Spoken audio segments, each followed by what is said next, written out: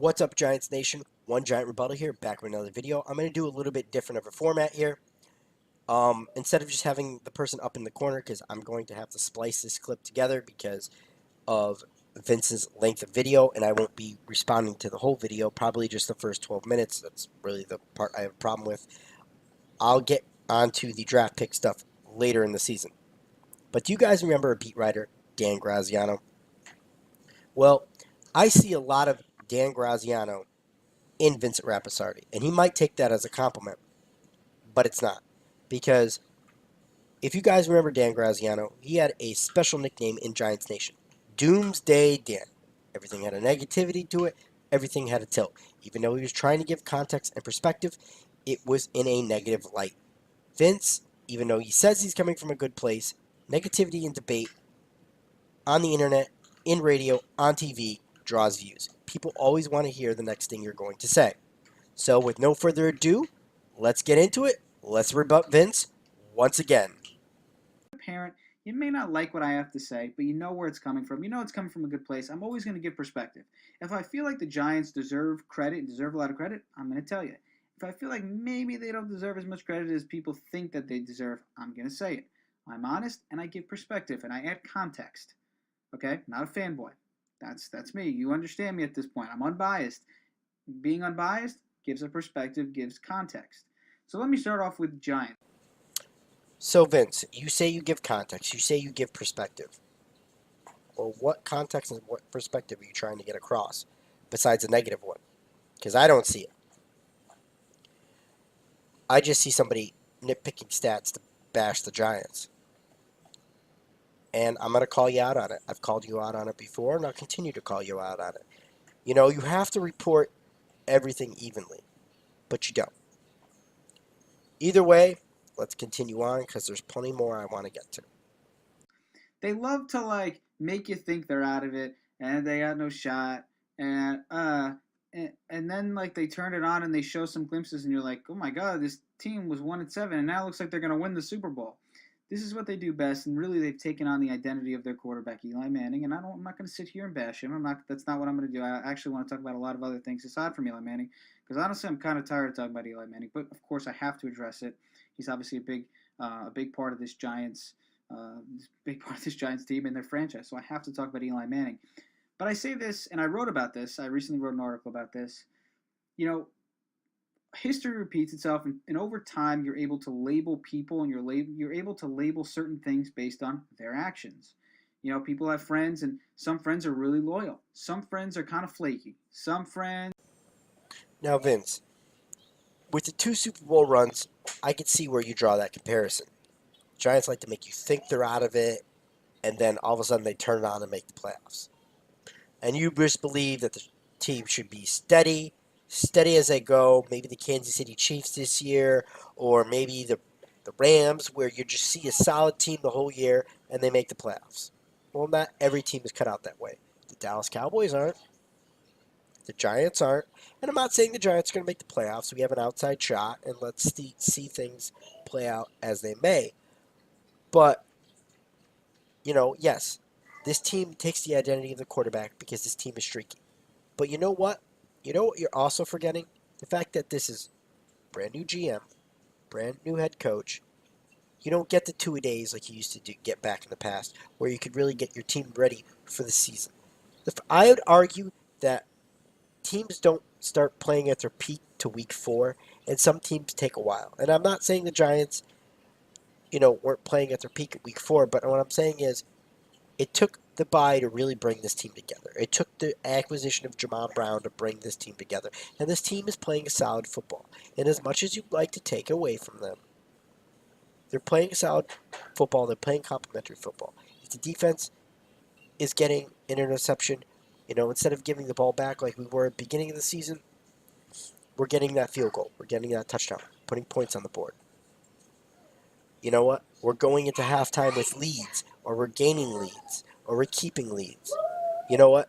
Or if if the defense gives up a touchdown, the offense is able to come down. They're able to play complementary football and bring the team back together. But you're not reporting on that, are you? You're finding some way, somehow, to take something away from this team. When that's not what this team That's not what we need. That's not what I want to hear reported on. Now, you could do that if you want, but I'm going to call you out on it. Let's keep going. Oh, the Giants, it's a team sport. So when they lose, it's a team thing. When they win, it's a team thing. Because a lot of people, everybody does it, gives credit to Eli Manning for 2 Super Bowl championships and 2 Super Bowl MVPs. So you can't give him the credit, for that and then say, oh, well, I had someone tweet me this. Oh, from 2013 to 2017 didn't count. 5 years just didn't count because, he didn't get enough help. You can't do that. All right, you can't say, "Oh, he deserves all the credit for the Super Bowls," but their 5 year stretch of not great football is not his fault. You can't do that. But anyway, like I said, they've taken on the identity of Eli Manning, and there's really nothing wrong with that. That's just his style. He's a very inconsistent player. Obviously, the inconsistencies have been as crazy as some of the greatest plays in the history of the Super Bowl, and some of them he's throwing passes with his eyes closed or left-handed. Like the extremes. It's very rare that he stays consistently in the middle and just plays well every single season. He's not that type of player. He's a guy. He's gonna be great, or he's gonna be really bad. Vince, I'll always argue a 53-man roster. No matter how many times you tell me about the quarterback, how are the pieces around that quarterback?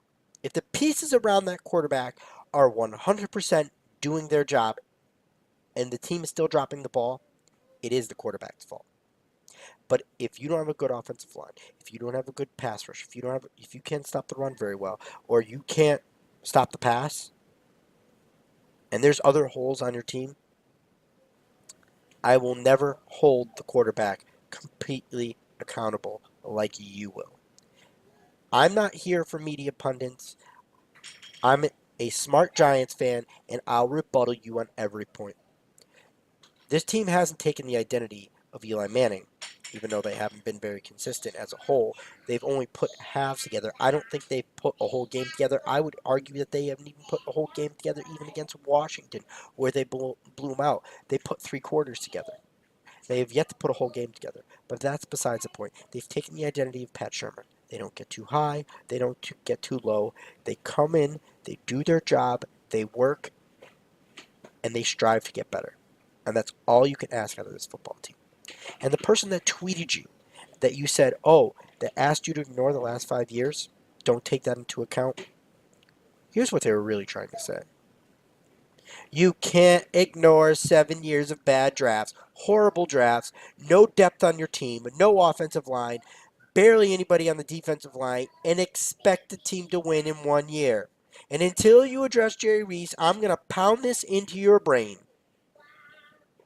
Sorry for being malicious, bro, but you continually have the love fest with Ben McAdoo and Jerry Reese, and I can't stand it because you're not addressing Jerry Reese, and you need to. Thank you very much. Let's keep going on. Oh, all of a sudden they look like they're going to win the Super Bowl. But let me add context. So people keep saying the Giants don't play, the Giants offense doesn't play backup quarterbacks. They play defenses. So the fact that you're saying the Giants offense is scoring points because they're playing backup quarterbacks, that's unfair. Well, okay, let's do some research and let's add some context. Through the first half of the season, 8 games, the Giants defense intercepted 4 passes. Why? Because, for the most part, very good quarterback play. They played Drew Brees. They played Matt Ryan. They played Cam Newton. They played Carson Wentz. Even Dak Prescott, if you want to add to that conversation. Alex Smith. A bunch of good quarterbacks. Blake Bortles was really the only guy who wasn't very good quarterback that they played during that stretch. And Deshaun Watson, too, is in that class. So they played a lot of good quarterbacks. Only 4 interceptions because you're playing good quarterback competition. And I'll get into the quarterback competition when it relates to Saquon Barkley's workload in just a second. But in this little 4 out of 5 win streak thing that you want to call it here in the second half, look what's happened. They played Nick Mullins, Ryan Fitzpatrick and Jameis Winston, Chase Daniel, and Mark Sanchez, and Josh Johnson. And you might say, okay, well, again, the Giants offense doesn't play against those guys. Like, those are just the opposing team. During those 4 wins, those quarterbacks have combined for 11 interceptions. So in the Giants' 4 wins here in the second half of the season, on average, they are almost on average intercepting 3 passes a game. What does that mean? Well, that means the Giants are getting more opportunities to score. Two of those are returned for touchdowns, Curtis Riley and Alec Ogletree. And you're putting pressure on the opposing defense now, right? Because now the opposing defense, whether it's the Niners, the Buccaneers, the Bears, or the Redskins, now they're on the field longer. Those quarterbacks aren't able to sustain drives. They're not able to score as many points. You then put pressure on the defense. They're on the field longer. You put them in bad situations when it comes to field position, and then the Giants offense is able to capitalize on that. Again, that's context. That's adding a realistic factor to what's actually going on. See, Vince, you say you use context, you say you use perspective, but you're driving an agenda because you very rarely compliment this football team, and it's not like you're staying down the middle and not wavering to either side. You know, if you were, a Republican or a Democrat, you'd be leaning left, you'd be leaning negative. And I'm not saying, Democrats are negative. It's just the thing I wanted to use because anybody can nitpick stats. It's really not that hard. Okay, 4,076 passing yards. In their wins, they have over nine. It's over 9 yards an attempt. He's passing. 28 touchdowns, 6 interceptions, 70.3 QBR rating, 103 passer rating, I believe, or 108 passer rating. Sounds like that team is on fire. It sounds like that team's gonna go to the Super Bowl, right? I mean, those are some good stats from a quarterback, right? He's gonna pass for over 5,000 yards this season. That's Matt Ryan from the Atlanta Falcons. He's on a 4-9 team. Okay, stats don't tell the whole story, and you can nitpick stats to tell the story you want to tell. But unless you're going to sit there and actually admit that the Giants are using complementary football to win games, which is happening, and the Giants have changed the identity from Odell Beckham Jr. on this team, and they're using Barkley to set up different parts of the offense. And now that Odell's not out, I actually think this team is going to play better because Eli Manning won't have that safety net anymore. Now he has to spread the ball around. He has to find the open guy. He has to go through his progressions, where I don't think he was doing that with Odell Beckham Jr. Because when you pass the ball 30 times a game and you run the ball 30 times a game, it's hard for teams to guess what you're doing. The Giants have been playing an improved brand of football, but yet you don't want to give them credit. You just want to sit there and say, the only thing you're willing to chop up is, oh, they have younger players, they're building a winning culture. No, they're an improved football team from where they were in the first 8 games.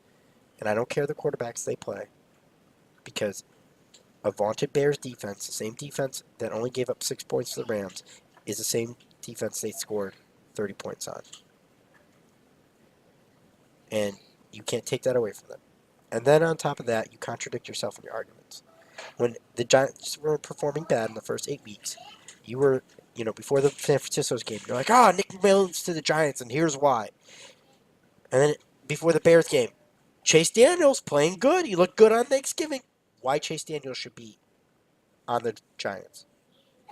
And then in the same breath, you'll tell me how these quarterbacks are trash, and that's exactly why the Giants won those football games. You can't nitpick stats and then contradict your own argument. Thank you very much. Let's keep going on. Here for culture, the point that you do have is this is a very young Giants team. So you are kind of able to build a foundation with these younger players. You got to understand with McAdoo, and a big reason why the McAdoo thing failed last year, a lot of veteran players who have big mouths. Even though you don't think of Jason Pierre-Paul as this loud guy, Jason Pierre-Paul played for the Giants 7-8 years. You don't think he had some say in the locker room, won a Super Bowl, had incredible amount of success on the field? You don't think that he had a pull in the locker room? Jason Pierre-Paul, Jonathan Casillas, who is a vibrant captain, Dominique Rodgers-Cromartie, Brandon Marshall, even Snacks, who was traded. You're talking about a lot of veterans who have a large pull in the locker room when it comes to younger players and can influence younger players. That is tough for a coach to come in and take over and be able to completely control his locker room when he's got a bunch of veteran voices who are loud and who have earned their way in the NFL and have played well in the NFL. It's not easy. So what we're seeing with the Giants making those trades and moving past those players in the offseason, now you got guys like Grant Haley, you got guys like B.J. Hill, Lorenzo Carter, Sean Chandler, Will Hernandez, even Chad Wheeler, second year guy, Saquon Barkley.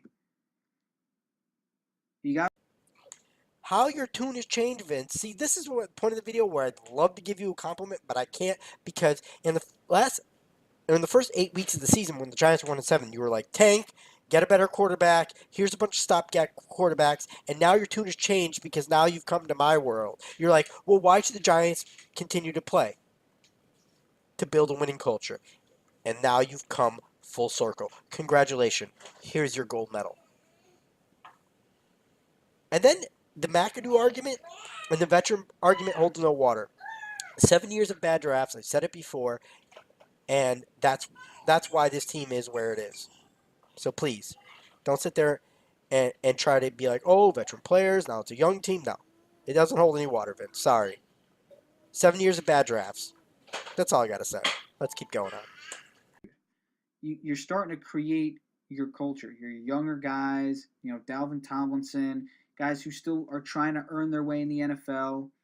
It's easier for a coach like Pat Shermer to be able to really build his culture with younger players who are more willing to kind of say, yes, coach, we'll do what we got to do." Especially a guy like Grant Haley and Sean Chandler and even B.J. Hill, some guys who weren't first round picks and expected to be star players.